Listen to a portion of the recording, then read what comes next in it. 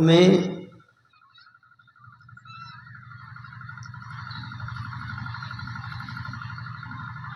जीवन को अमर करने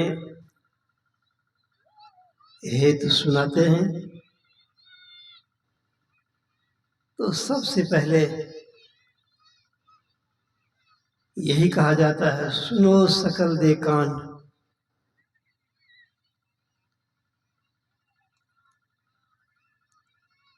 सकल का मन होता है संपूर्ण, सब।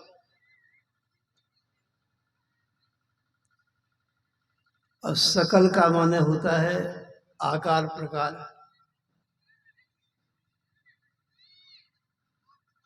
कभी कभी हम कहा करते हैं, अमुक व्यक्ति की शकल बड़ी अच्छी है।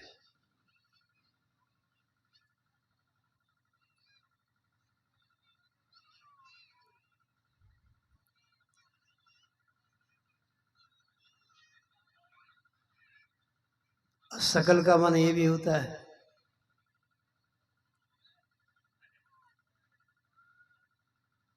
मनोयोग पूर्वक सुनना। एक शब्द के अनेक अर्थ होते हैं। अपनी अपनी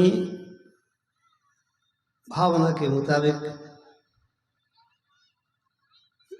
लोग अर्थ करते हैं।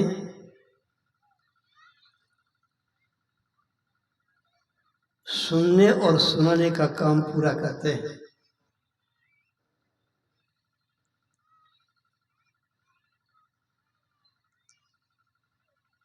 सबसे पहले सुनना चाहिए। कैसे?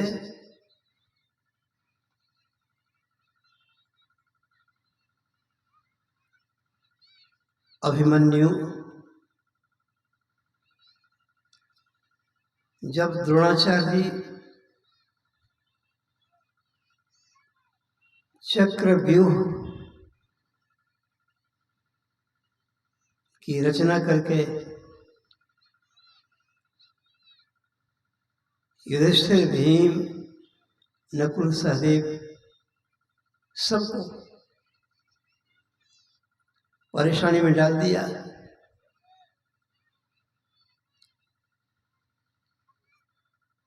सब उस समय उदास और हताश थे। अब क्या होगा?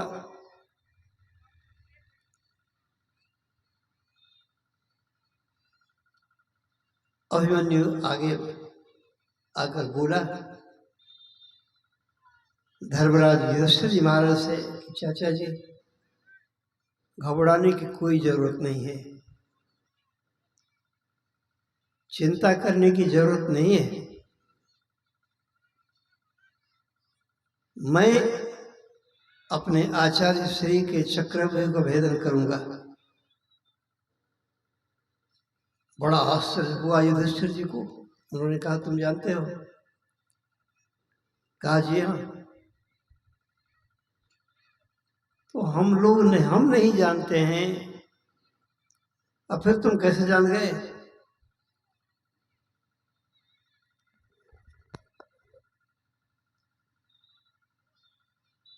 तो उस समय अभिमन्यु ने कहा,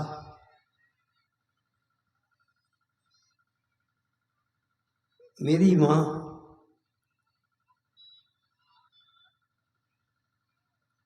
प्रसव पूजिता थी, मैं उनके गर्भ में था। एक दिन की बात है, मेरे पूज्य पिताजी चक्रव्यूह की रचना और भेदन करना सब जानते हैं।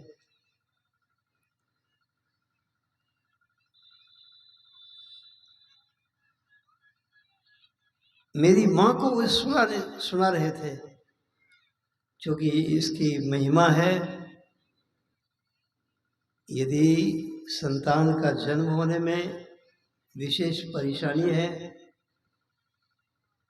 तो चक्रव्यूह उसके आंखों के सामने धरती पर या किसी कागज पर, पाटी पर कलम पेंसिल से यदि बनाया जाता है तो चक्रव्यूह के दर्शन करते करते आराम से संतान का जन्म हो जाता है। ये महिमा है। तो मेरे पिताजी चक्रव्यूह भेदन की कथा मेरी माँ को सुना रहे थे।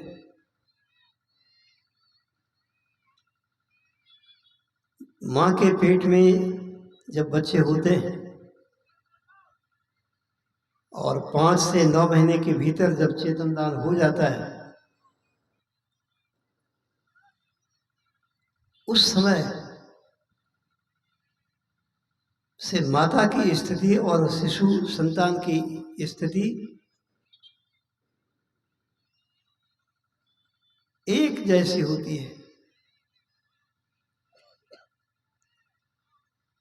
माँ जगती है, बच्चे जगते हैं।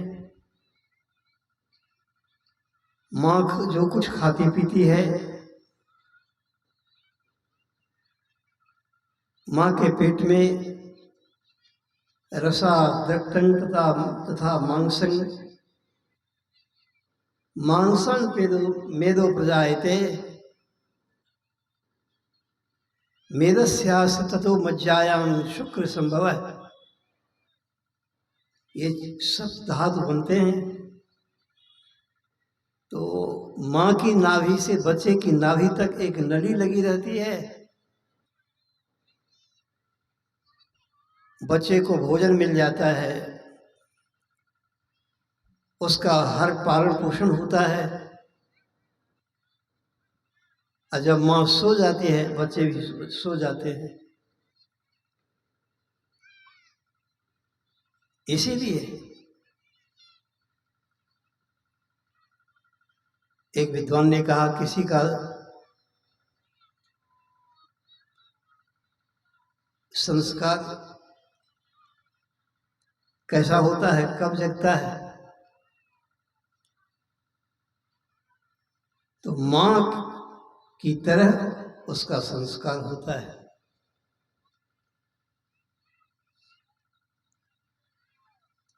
इसीलिए माँ के ऊपर बड़ी जवाबदेही है।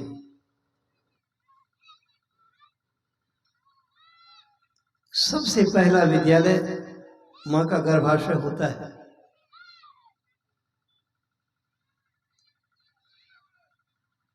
इसीलिए किसी के जन्म से 20 वर्ष पहले उसका संस्कार बनता है। जन्म से 20 वर्ष पहले।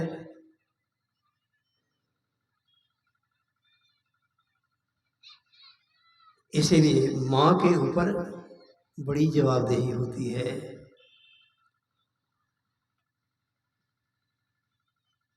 इसीलिए संत और भगवंत जब स्तुति करते हैं तो सबसे पहले माता का ही नाम उच्चारण किया जाता है। त्वमेव माता च पिता त्वमेव,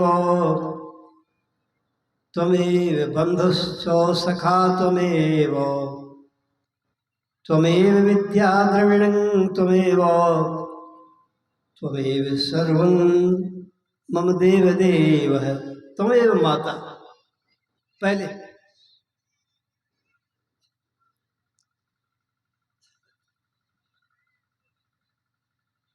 वेद में भी आया कि ओम मातृदेवो भव, पहले मां प्रत्यक्ष देवता है। तब ओम पितृदेव भव, तब पिता। तीसरे नंबर में ओम आचार्य देवो भव।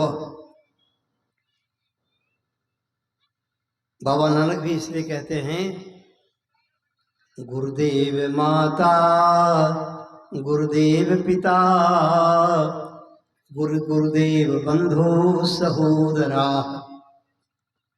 गुरुदेव ही माता है, गुरुदेव ही पिता है, गुरुदेव ही इष्ट हैं, लेकिन एक नंबर में सबसे पहले माँ। उनका सबसे बड़ा दुर्भाग्य है जो अपने माँ को भूल जाता है, अपने पिता को भूल जाता है, उनका अनादर करता है, उससे बढ़कर हतभागी दुनिया में कोई नहीं। याद रहे, इस संत मत सत्संग के माध्यम से 2 रत्न बांटे जाते हैं, वितरण किए जाते हैं। 2 को ही कहा गया युगल। पर महाराज जी की वाणी है, युगल रत्न पुरुषार्थ। हाँ, युगल रत्न पुरुषार्थ। व्यवहार पहले सुधरना चाहिए, सुधारना चाहिए, और तब पुरुषार्थ के बाद परमार्थ। सखा परम परमार्थ ये हो, मन क्रम वचन राम पद नेहु।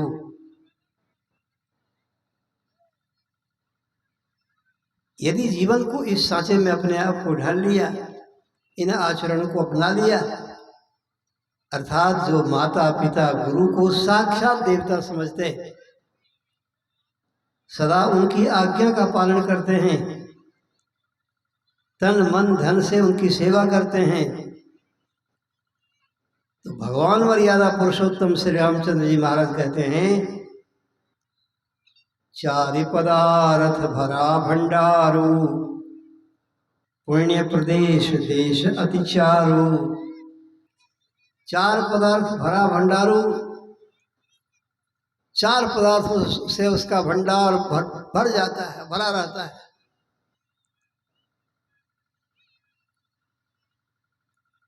करतल गत न पर ही पहचाने, कर उन हाथ, करतल गत हाथ के अंदर, ये तलहथी में, उसकी तलहथी में अर्थ धर्म काम मोक्ष सब हो जाते हैं, सब रह जाते रहते हैं। सज्जनों, अभिमन्यु ने कहा, मेरे पिताजी सुना रहे थे, मैं वो सुन रही थी तो मैं भी सुन रहा था। गाँव घर में बड़ा अटपट लोग समझते हैं, विचार करते हैं। हाँ, क्या?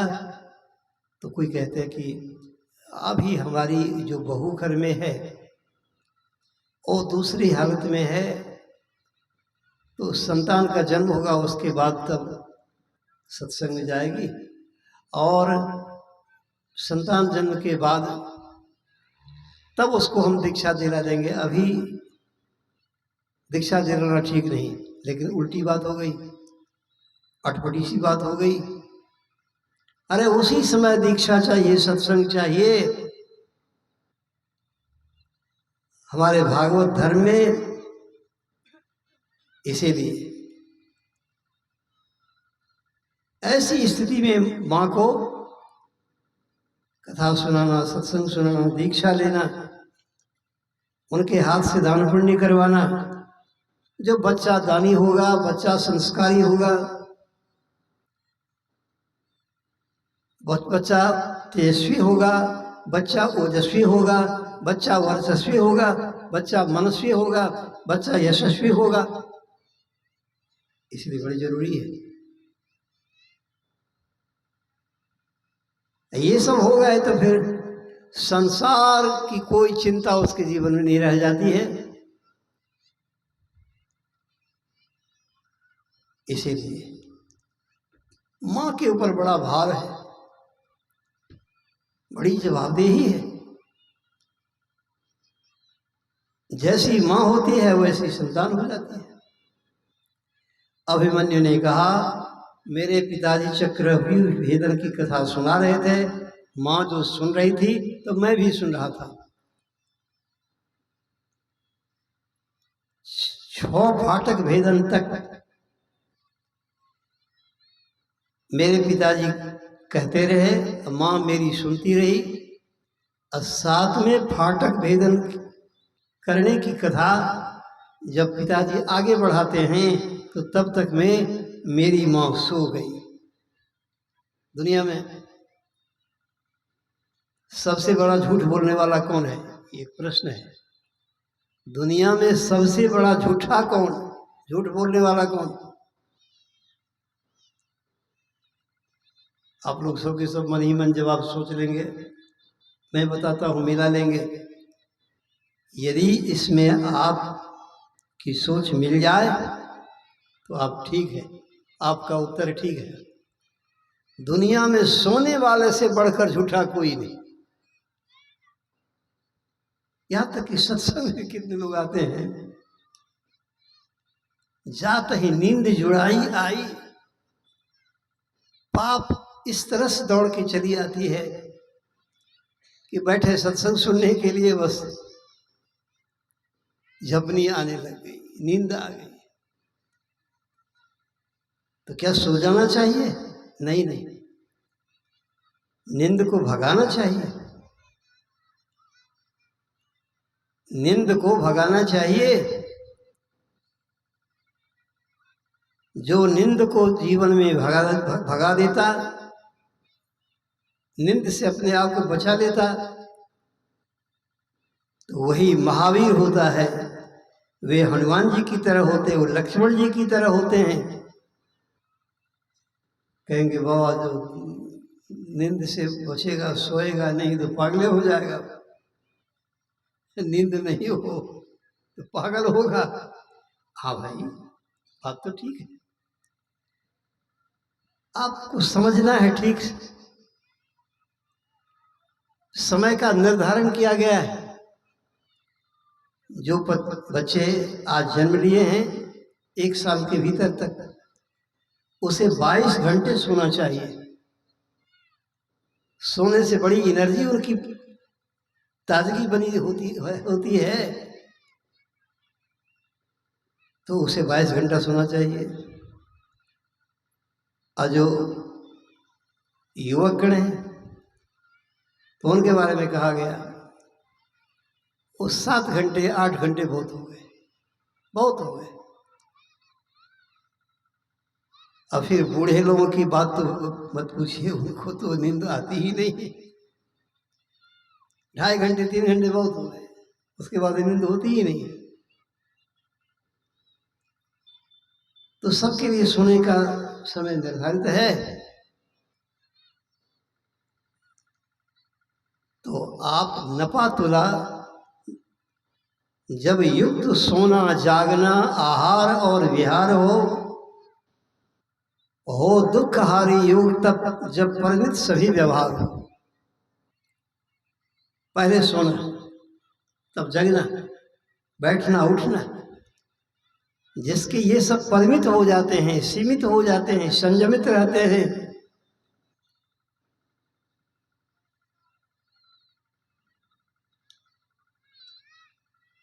तो उसके जीवन में दुख हरण करने वाला योग सिद्ध हो जाता है।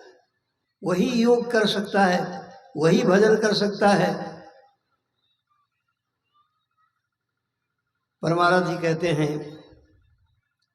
कि सत्संग के समय जो सो जाता है, माने अपने तो लगता है कि हम टुकुर टुकुर देख रहे हैं, सब सुन रहे हैं, लेकिन नींद कह के नहीं आती है। और वो जो आती है तो फिर बगल में कोई है, थोड़ा सा इशारा किया, जगाने का प्रयास किया, तो उस पर बड़ा रोष के साथ कहते, बिगड़ कर कहते, हम तो जगे थे, हमको ठोकर क्यों मार दिया तू? हम तो जगे आंख मूंद कर सो रहे थे। तो सबसे बड़ा झूठा हुई। तो नींद नपातोला होना चाहिए, ज्यादा सोना भी ठीक नहीं। कहा गया आजकल लगभग मैं समझता हूं कि 95% लोगों को डायबिटीज है। गुरुदेव के आशीर्वाद से हमें नहीं है। गुरुदेव की कृपा से हमें नहीं है। हाँ, अभी के समय में बचना वो साक्षात गुरुदेव की कृपा है। लेकिन 95% लोगों को डायबिटीज है। उसका कारण क्या है? बस यही दो अजीर्ण भोजन अति विश्राम, जो भोजन अजीर्ण करेगा और जो सोने वाला अधिक होगा, अधिक देर तक सोएगा, विश्राम करेगा, तो डायबिटीज उसको होना ही है। तो नपातुला शयन, नपातुला भोजन होना चाहिए। जो भोजन पर जिसका अधिकार हो जाएगा। हनुमान जी से किसी ने कहा कि आप 12 बजे रात में लंका में पहुंचकर मंदिर मंदिर प्रतिकर शोधा, प्रत्येक मंदिर मंदिर घर घर जाते हैं आप सीता माता की खोज करने। हाँ, उद्देश्य है सीता माता की खोज। सीता माता कहाँ, तो जहां रहते हैं वो मंदिर है। तो किसी ने कहा कि आप ब्रह्मचारी होकर के, अब सब लोग सोए हुए थे, सोए में तो होश हवास कुछ रहता नहीं है। सभी भाइयों के साथ माँ बहनें भी सोई थी। उस हालत में जो आप गए, तो आप ब्रह्मचारी कैसे हुए?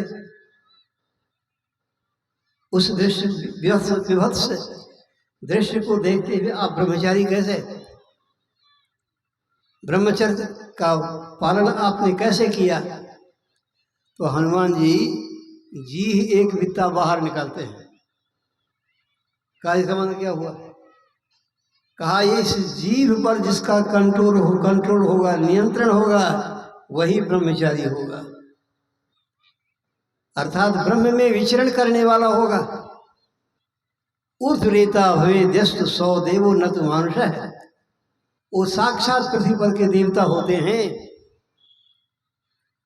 यही ब्रह्मचर्य ही सबसे बड़ी तपस्या है और ब्रह्मचर्य ही सबसे बड़ा योग है। इसके द्वारा ही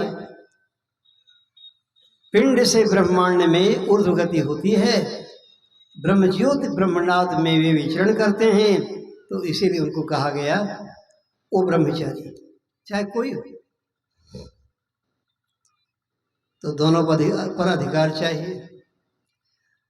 अभिमन्यु ने यही बात कही कि मेरी माँ जो चक्रव्यूह भेदन की कथा सुन रही थी, अब मेरा पूर्ण मनोयोग था, आज्ञा चक्र में मेरी सुरत टिकी थी, तो मैं भी सुन लिया।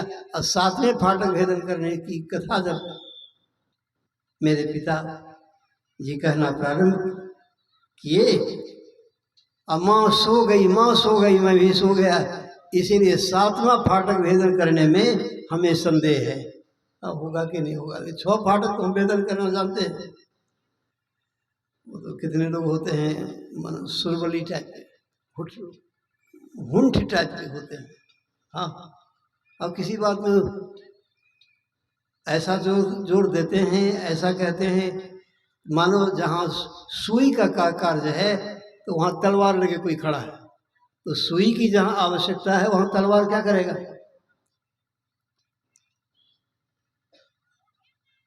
भीम ने कहा, बेटा तुम जब 6 फाटक भेदन कर सकोगे तो 7वें फाटक की चिंता तुम मत कर, मैं अपनी गदा से उसे चूर चार कर समाप्त कर दूंगा। लेकिन हुआ नहीं। बुद्धि यस्य बलं तस्य, बुद्धि का बल ही बल है। हाँ, बुद्धि बल बलम बलम, बुद्धि का बल ही बल है। शारीरिक बल उतना महत्वपूर्ण नहीं है। तो महापुरुष सब कथा कहना प्रारंभ करते हैं। परमाराज जी भी कहते सुनो सकल दे काम। कैसे सुनना चाहिए? तो सकल लगाकर सुनना चाहिए। सकल के अनेक अर्थ, आप कई अर्थ सुने, एक अर्थ आपने ये भी सुना है। परमाराज जी के विचार अनुसार सुनो सकल दे क्या कान, सकल मन मनोयोग, ध्यान देकर दत्त चित्त होकर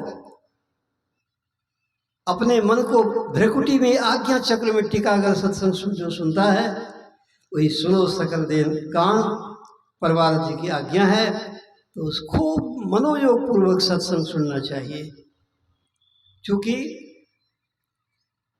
संत मता कुछ और है। ये संत मत तोता मैना की कहानी नहीं है, साधारण बात नहीं है। इसलिए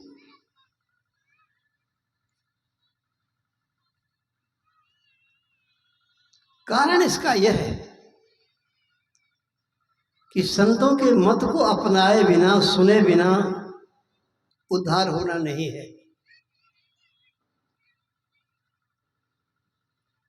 इसीलिए संत मत सत्संग का आयोजन यह हो रहा है। संत मत का विराट महाज्ञान यज्ञ यहाँ हो रहा है। तो संत मत क्या है, अब इसको जाने हम थोड़ा सा। संत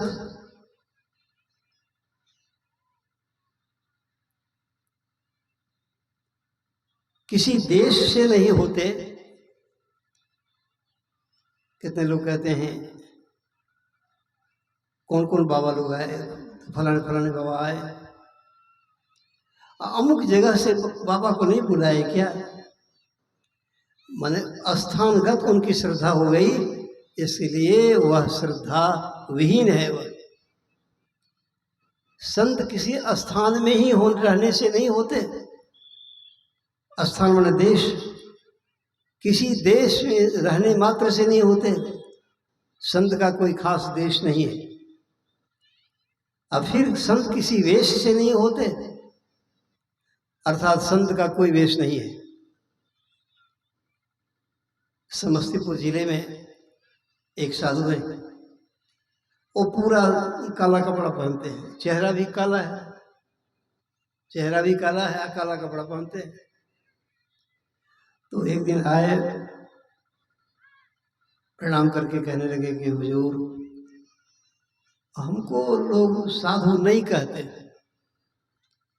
साधु दृष्टि से नहीं देखते हैं, कोई मान सम्मान नहीं होता है।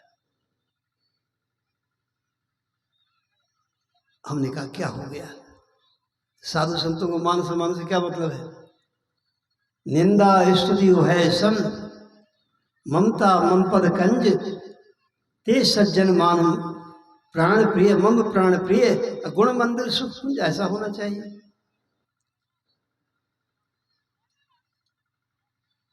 सो सब तो ठीक है, लेकिन और लोग जो गिरवाधारी हैं उनको लोग निमंत्रण देते हैं, बुलाते हैं, भोजन कराते हैं, सत्संग कराते हैं, उससे कुछ दान दक्षिणा देते थे, हमको लोग आदर नहीं करते।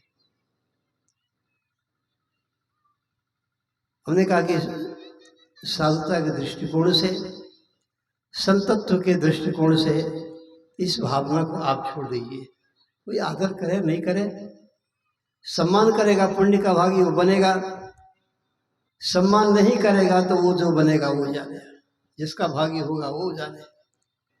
आपको उससे बचना चाहिए। आप तब, अब सवाल है, आप कहते हैं कि मैं काला कपड़ा जो धारण किया हूँ इसीलिए हमको लोग साधु नहीं कहते हैं, नहीं मानते।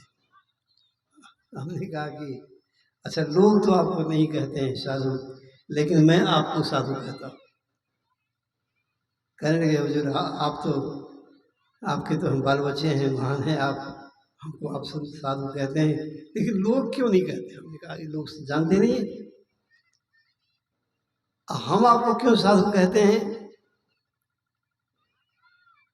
परम 20वीं शताब्दी के महान संत सदगुरु महर्षि में ही परमहंस जी महाराज के गुरु का नाम प्राय सब लोग जानते हैं, नहीं तो जान लेना चाहिए, याद रखना चाहिए। पहले दरिया पंथ में थे तो रामानंद दास जी इनके गुरु थे, दरियापंथी गुरु थे। और उसके बाद संतुष्टि नहीं हुई, पूरी तृप्ति नहीं हुई, बाबा साहब के पास गए मुरादाबाद वाले बाबा साहब आए, राजेंद्र बाबू मायागंज मोहल्ले में मंगाए थे। राजेंद्र बाबू दृष्टियों की साधना बतलाए थे। परमानंद जी कहते थे, ये उनको प्रणाम करते थे। तो राजेंद्र बाबू कहते थे कि आप ब्रह्मचारी हैं, सन्यासी हैं, मैं गृहस्थ हूं, आप मुझको प्रणाम मत करें, मैं आपका गुरु नहीं हूं। बाबा साहब की आज्ञा हुई है तो हमने आपको बता दिया। तो आपके गुरु हुए बाबा देवी साहब जी महाराज, उन्हीं को आप अपना गुरु माने। तो सदगुरु महाराज जी की बुद्धि बड़ी कुशाग्र थी। कुशाग्र बुद्धि का माने हुआ महीन, महीन बुद्धि, सूक्ष्म बुद्धि। कितने की बुद्धि मोटी होती है। दूसरी बात,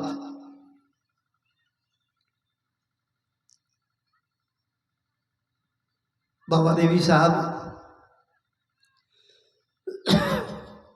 परमानंद जी के गुरु थे, तो इनकी बुद्धि महीन थी, दिव्य थी। इन्होंने कहा कि गुरु मानने की चीज तो है नहीं। आजकल चला है महादेव जी को गुरु मान लीजिए, मान लीजिए, बस हो गया बेड़ा पार। जैसे रावण भगवान शंकर जी को गुरु धारण किया, मान लिया कि शंकर जी हमारे गुरु हैं, लेकिन मानने से गुरु भक्ति नहीं होती है। मानने से गुरु भक्ति पूरी नहीं होती है। मानने से अविद्या नहीं मिटती है। गुरु में श्रद्धा प्रेम भक्ति होने से सब दोष दुख सारी अविद्याएं मिट जाती हैं। गुरु धारण करने की चीज है, रावण ने मान रखा था। इसीलिए एक बार रावण ने कहा, रावण, अब लोग सब कोई कहते थे कि आप गुरु को प्रणाम नहीं करते हैं। उन्होंने कहा कि हम प्रणाम क्यों करेंगे, तो सब लोग करते हैं। कहा कि सब लोग प्रणाम करते हैं गुरु को, हम भी जब गुरु को प्रणाम करेंगे तो सब लोगों में हम में फर्क क्या हुआ, तो सब में अंतर क्या हुआ। जानते हैं कि नहीं हम रावण हैं। रावणी बुद्धि जिनके हो जाती है वो रावण की तरह हो जाता है। रावण ने क्या कहा, हम तो हमारे बदल, हम तो गुरु को ऊपर उठाने वाले हैं। माने जो मानने वाले हैं उनका यही हाल है कि वे कहते हैं कि गुरु को भी ऊपर हम ही उठाए हैं। जब से हम आए तब से हमारे गुरु इतने बड़े ऊपर उठ गए, इतने यशस्वी हो गए, इतने महान हो गए। ये रावणी बुद्धि है, रावण की बुद्धि है।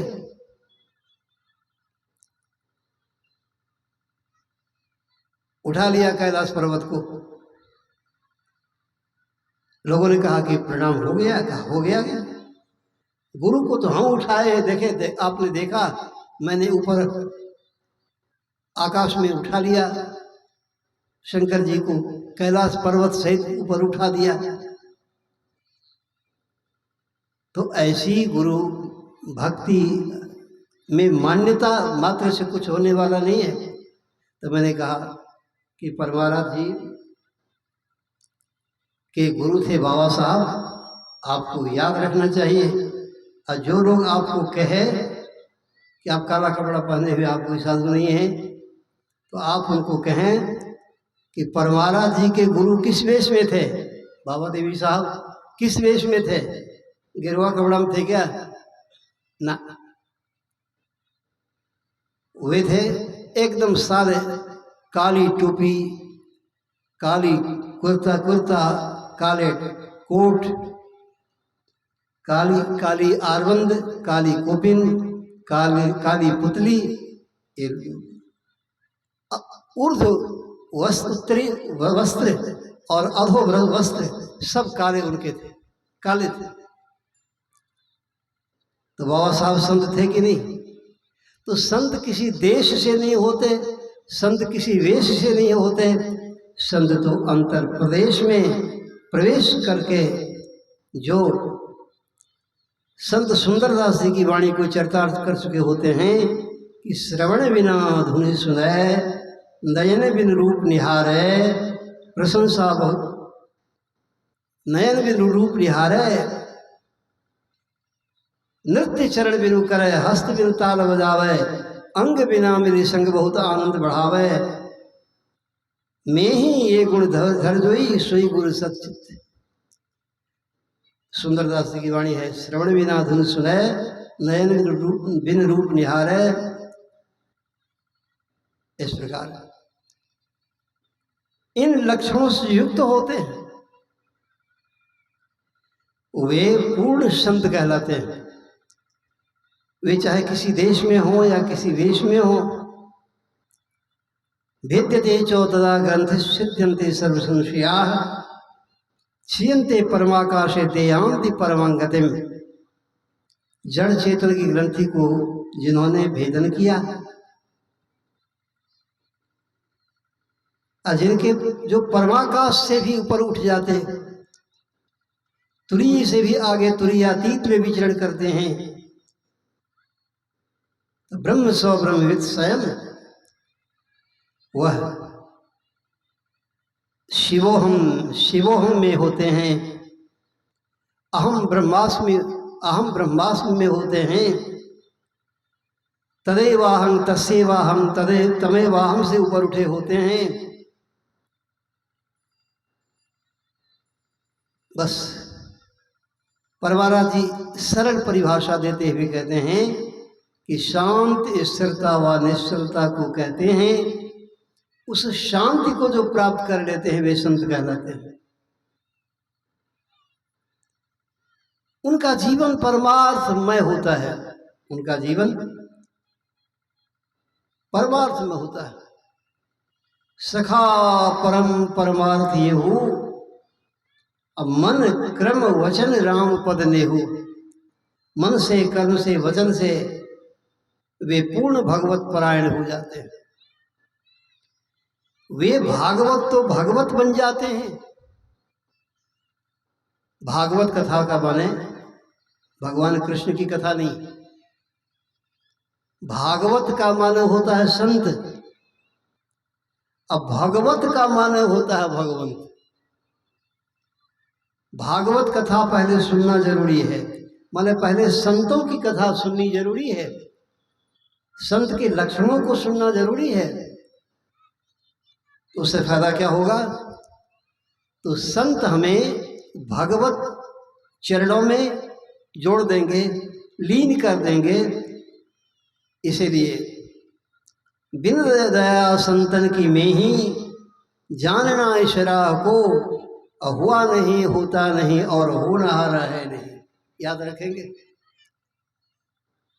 राम का मिलना सहज है, संत का मिलना दूर, पलटू संत के मिले बिना राम से परे न कोई। इसीलिए कहा गया संत पलटूदास जी के शब्दों में, शांत स्थिरता व निश्चलता को कहते हैं। शांति कहते हैं स्थिर, स्थिर कहते हैं जो चले नहीं, हिले डुले नहीं, निष्प्रकंप होता है। उस शांत स्थिरता व निश्चलता को कहते हैं। उस निश्चलता को जो प्राप्त कर लेते हैं, शांति को जो प्राप्त कर लेते हैं और शांति में विचरण करते हैं, अर्थात जिनके दर्शन करने से मन में शांति आ जाती है, सभी शंकाएं मिट जाती है, कोई तर्क वितर्क नहीं रह जाता है। शिव पूजन सहाय जी थे, दिनकर जी थे TNV कॉलेज में। तो एक दिन शिव पूजन सहाय जी कहते हैं कि हुजूर ये सबसे सीनियर थे दिनकर जी। रविवार है, आज चला जाए कुप्पा घाट, गुरु महाराज के दर्शन करने, सत्संग ही कर लेंगे। उन्होंने कहा कि हमको आप आग्रह करते हैं तो एक बार हम जाएंगे जरूर, और जाएंगे तो हम महर्षि जी से प्रश्न करेंगे, क्या हमारे प्रश्नों का उत्तर वे देंगे? तो शिव पूजन सहाय जी दीक्षित थे ये, इन्होंने कहा कि मेरा आग्रह है आप चलें, अब मनोयोग पूर्वक वो जो उपदेश करेंगे आप सुनेंगे। उनके उपदेश में जो शंका आपके अंदर बच जाएगी तो आप आरती के पश्चात उनसे मिल करके जिज्ञासा शांत कर सकते हैं, आप उनसे निवेदन कर सकते हैं। बीच सत्संग में ये संत मत की परिपाटी नहीं है, संत मत की मर्यादा नहीं है। तो दिनकर जी एक तो कागज में दोनों पीठ प्रश्न लिख करके आए थे। जब परमानंद जी के गुरु निवास में बैठे और उस समय परमानंद जी से बातचीत होने लगी तो सारे प्रश्नों का उत्तर परमानंद जी दे डाले। वो प्रश्न पूछना नहीं पड़ा दिनकर जी को, अर्थात दिनकर जी के मन और दिनकर जी के उस पेपर में लिखी सारी बातों को परमानंद जी जान गए और सबका उत्तर उन्होंने दिया। तो रास्ते में दिनकर जी ने कहा कि आप अवश्य सदगुरु महर्षि वहीं परमहंस जी महाराज बड़े ऊंचे दर्जे के संत हैं, देखिए हम इतने प्रश्न लिख कर गए थे, एक भी प्रश्न पूछना नहीं पड़ा, प्रश्न पत्र पॉकेट में या सब प्रश्नों के उत्तर हो गए। ऐसे होते हैं संत, और उनका मत यही है संत मत।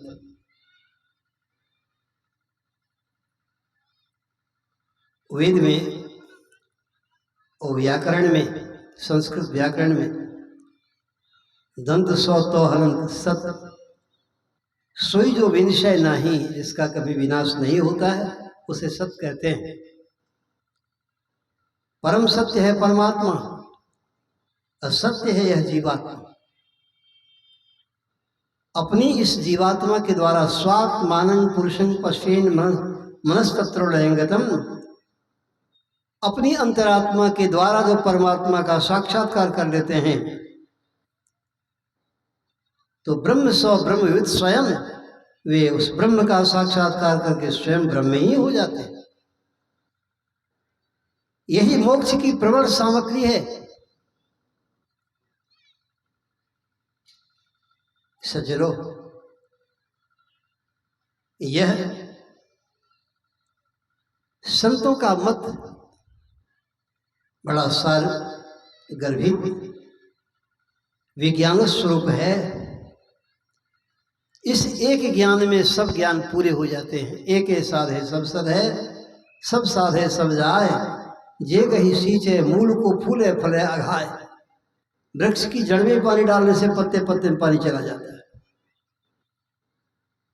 तो ऐसे संतों का मत के संबंध में ऋषि कहते हैं, तो सत एक वचन में दंत सौ हलंत प्रयोग किया जाता है। अब फिर जब उसी सत से आगे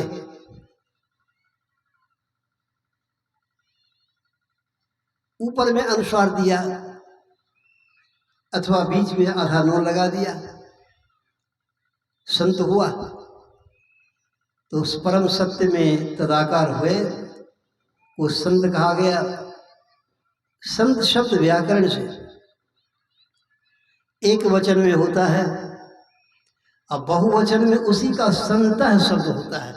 सत का बहुवचन होता है संतः, और संतः में से विसर्ग का लोप यदि कर दिया जाता है लोपामुद्रानुसार, तो अब पढ़ा जाता है, कहा जाता है संतः का विसर्ग हटा दिया, अब हो गया संत, अब संत हो गया। तो संत कौन होते हैं, इसीलिए आपने सुना। अर्थात संतों का विचार ही एकमात्र सत्य है। संतों का विचार ही एकमात्र सत्य है।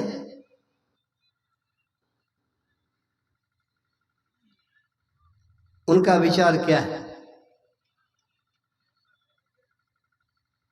अभी कुछ संतों का नाम, कुछ संत और भगवंत दोनों का नाम मैं आप लोगों को बतलाता हूं। दोनों का इसलिए बताता हूं, ऐसे लक्षणवान जो संत हैं, अब भगवंत में, संत और भगवंत में कोई अंतर नहीं है। संत और भगवंत में कोई अंतर नहीं है।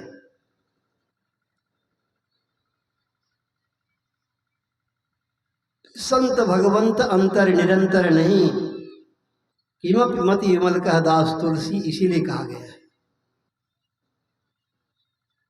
तो कुछ संतों का और भगवंत, संत और भगवंत का नाम मैं बतलाता हूं। भगवान सदाशिव सदगुरु हैं, सुखदेव मुनि सदगुरु हैं, सनकादिक सदगुरु हैं, ब्रह्मा भगवान, देवर्षि नारद जी महाराज, ब्रह्मांड में ये इनसे बढ़ करके और कोई संत, इनसे पहले कोई संत हुए सो बात नहीं है। तो इन संतों का क्या कहना है, उनका विचार क्या है? उनका विचार यही है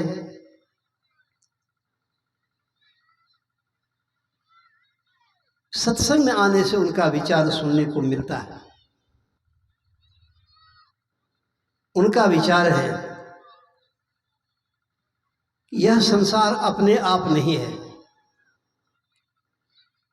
वह परम सत्य शांत स्वरूप शांताकारक जो परमात्मा है, उनकी परम सत्ता पर यह सारा ब्रह्मांड एक महान यंत्र की तरह संचालित हो रहा है।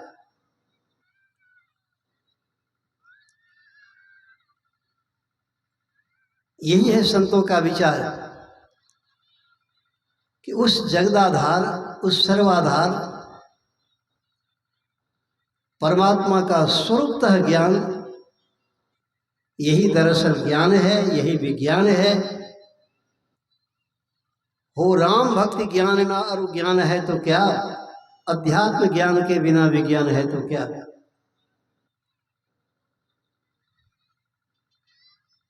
इसी ज्ञान में ज्ञानानुमोक्ष मवाप्नोति कहा गया है। जन्म मरण के चक्र से छुटकारा होता है, सभी दुखों से निवृत्ति होती है।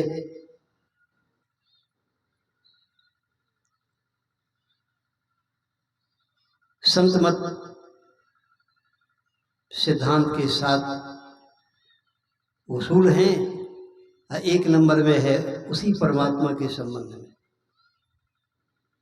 जो परम तत्व आदि अंतरहित, परम तत्व भी कहा गया उस परमात्मा को, परम सत्य को, क्योंकि उसी परम सत्य से, परम तत्व से सब हुए हैं, सब हुए हैं। तो सब क्या है? सबके दो अर्थ होते हैं। तो एक है सकल, दूसरा है निष्कल, और तीसरा है सकल और निष्कल से परे। सब लोग नहीं समझे होंगे। एक है सगुण, दूसरा है निर्गुण। सकल माने सगुण, और निर्गुण निष्कल है। ब्रह्म के ये दो वर्णन पहले होते हैं, और इन दोनों के द्वारा परम सत्य शांत स्वरूप परमात्मा का साक्षात्कार करना होता है। इसीलिए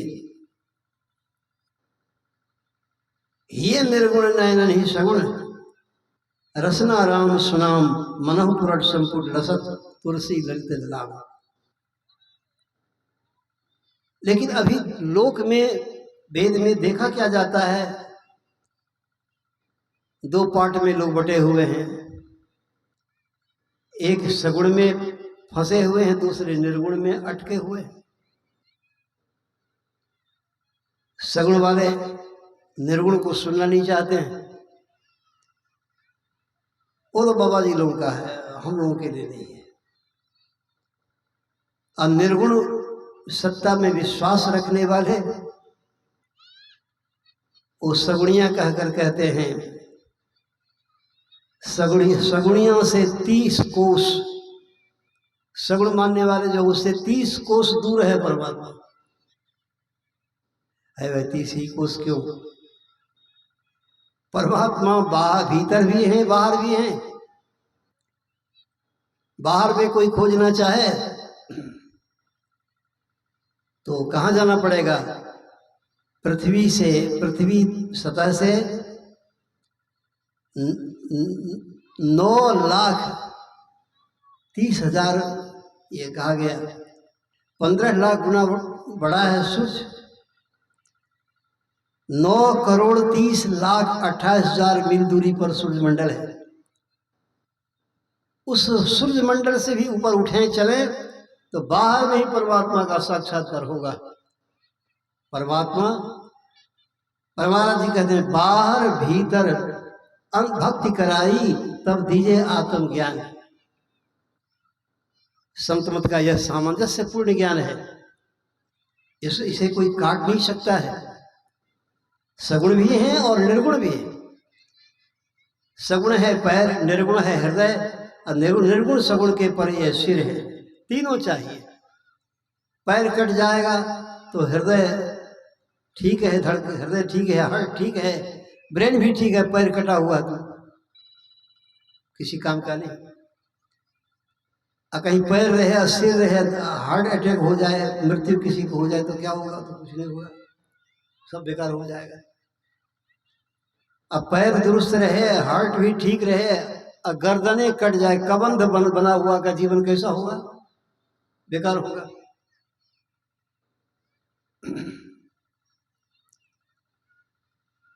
एक व्यक्ति कार में यात्रा करते जा रहे थे, रास्ते में टायर का चक्का पंक्चर हो गया। तो वे यही मानने वाले थे कि परमात्मा केवल अंदर में है, बाहर में नहीं। परमात्मा केवल अंदर में, बाहर नहीं। परमात्मा सर्वत्र व्यापक है, सर्वव्यापक, बस यहीं तक सीमित।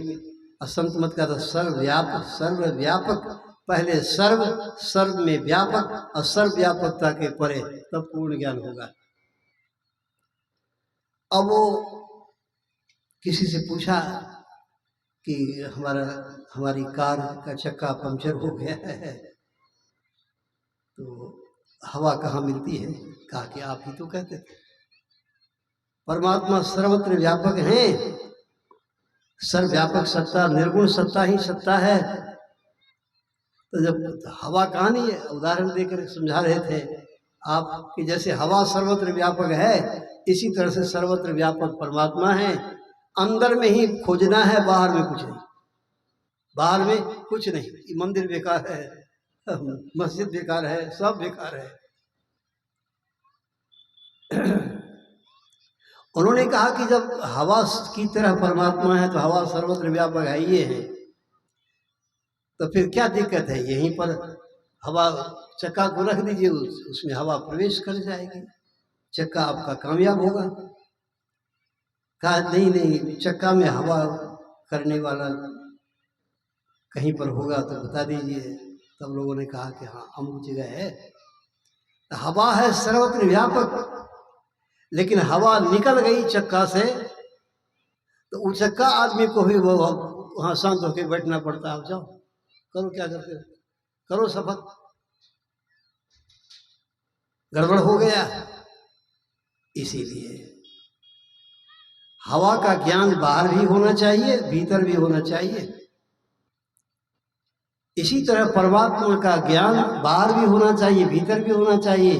वायुर यथैको भुवनं प्रविष्टो रूपं रूपं प्रतिरूपो बभूव एकस्तथा सर्वभूतांतरात्मा रूपं रूपं प्रतिरूपो ईश्वर। अभी सुन रहे थे आप, उन्हीं ब्रह्म से पुरुष और प्रकृति प्रकट भई। प्रकृति ते महतत्व पुनि अहंकार है, अहंकार ते तीन गुण सत्व रजतम, तमहु ते महाभूत विषय पसार है,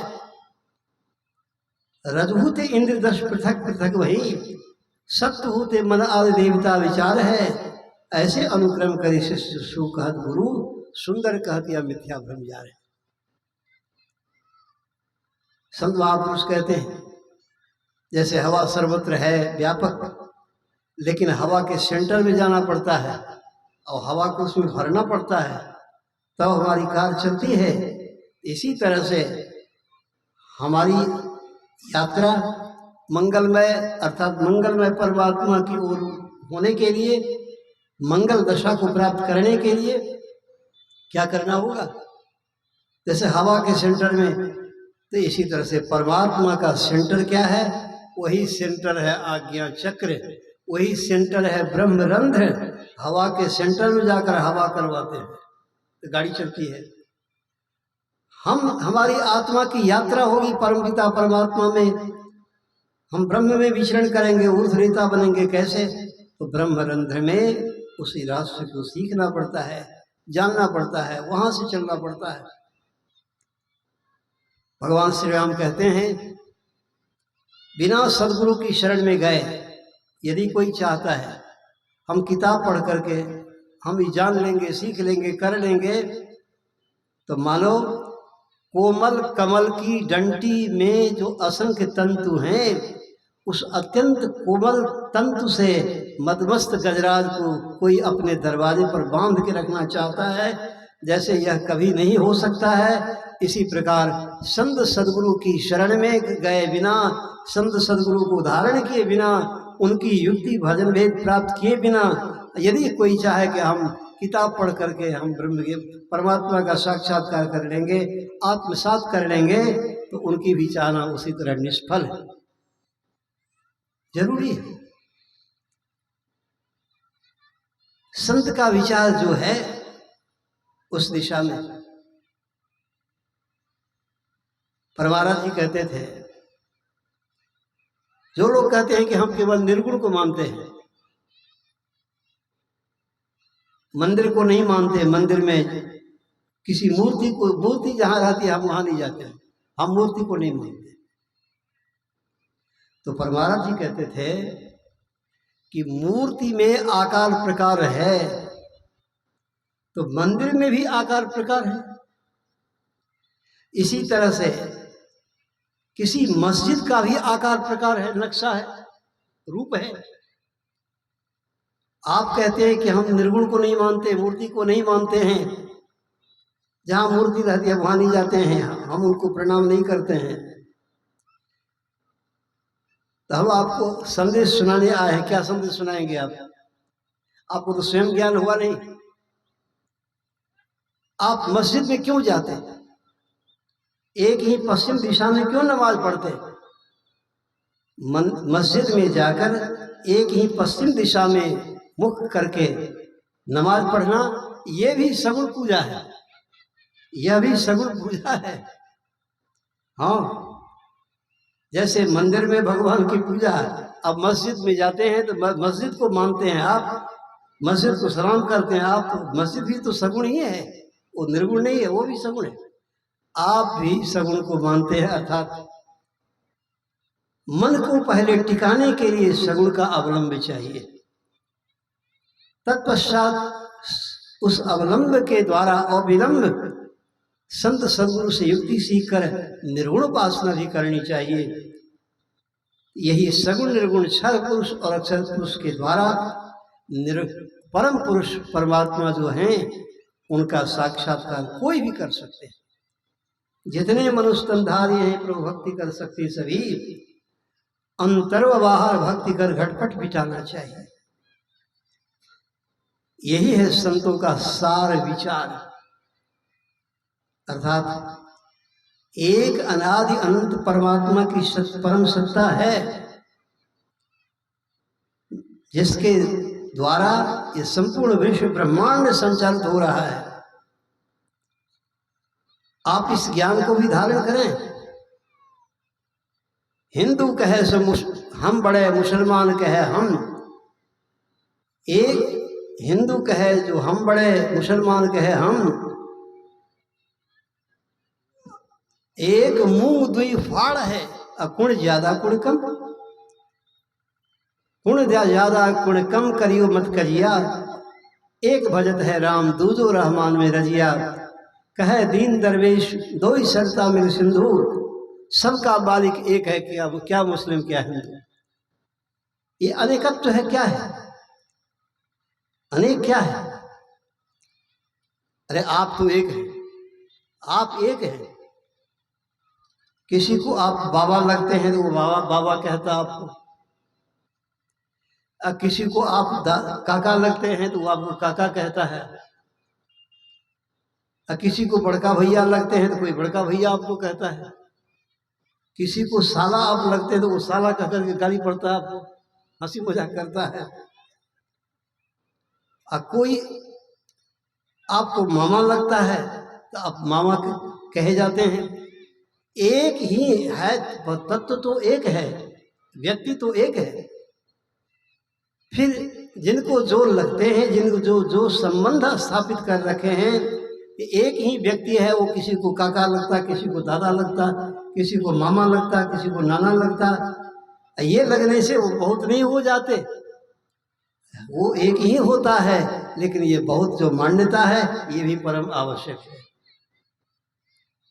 अर्थात संबंध के द्वारा संबंध जोड़ा गया तो अनेक। इसी तरह से परमात्मा में किसी न किसी प्रकार का संबंध जोड़ लेना चाहिए। सदगुरु में अपना संबंध जोड़ लेना चाहिए। सदगुरु और शिष्य का संबंध जो होता है, यही संबंध है। जब सदगुरु आचार्य शरीर छोड़ते हैं, जिस तरह पुत्र का कर्तव्य होता है, तो शिष्य का भी कर्तव्य होता है। शिष्य भी अपने गुरु के लिए जो करना चाहिए, 16 संस्कारों के पश्चात 17वें संस्कार के अंतर्गत वो करना चाहिए। तो ये संबंध जोड़ने से अनेक भाव, अनेक नाम, अनेक रूप होते हैं। यह कोई गड़बड़ नहीं है, यही तो हमारे भारत का संविधान भी है। अनेक में एक।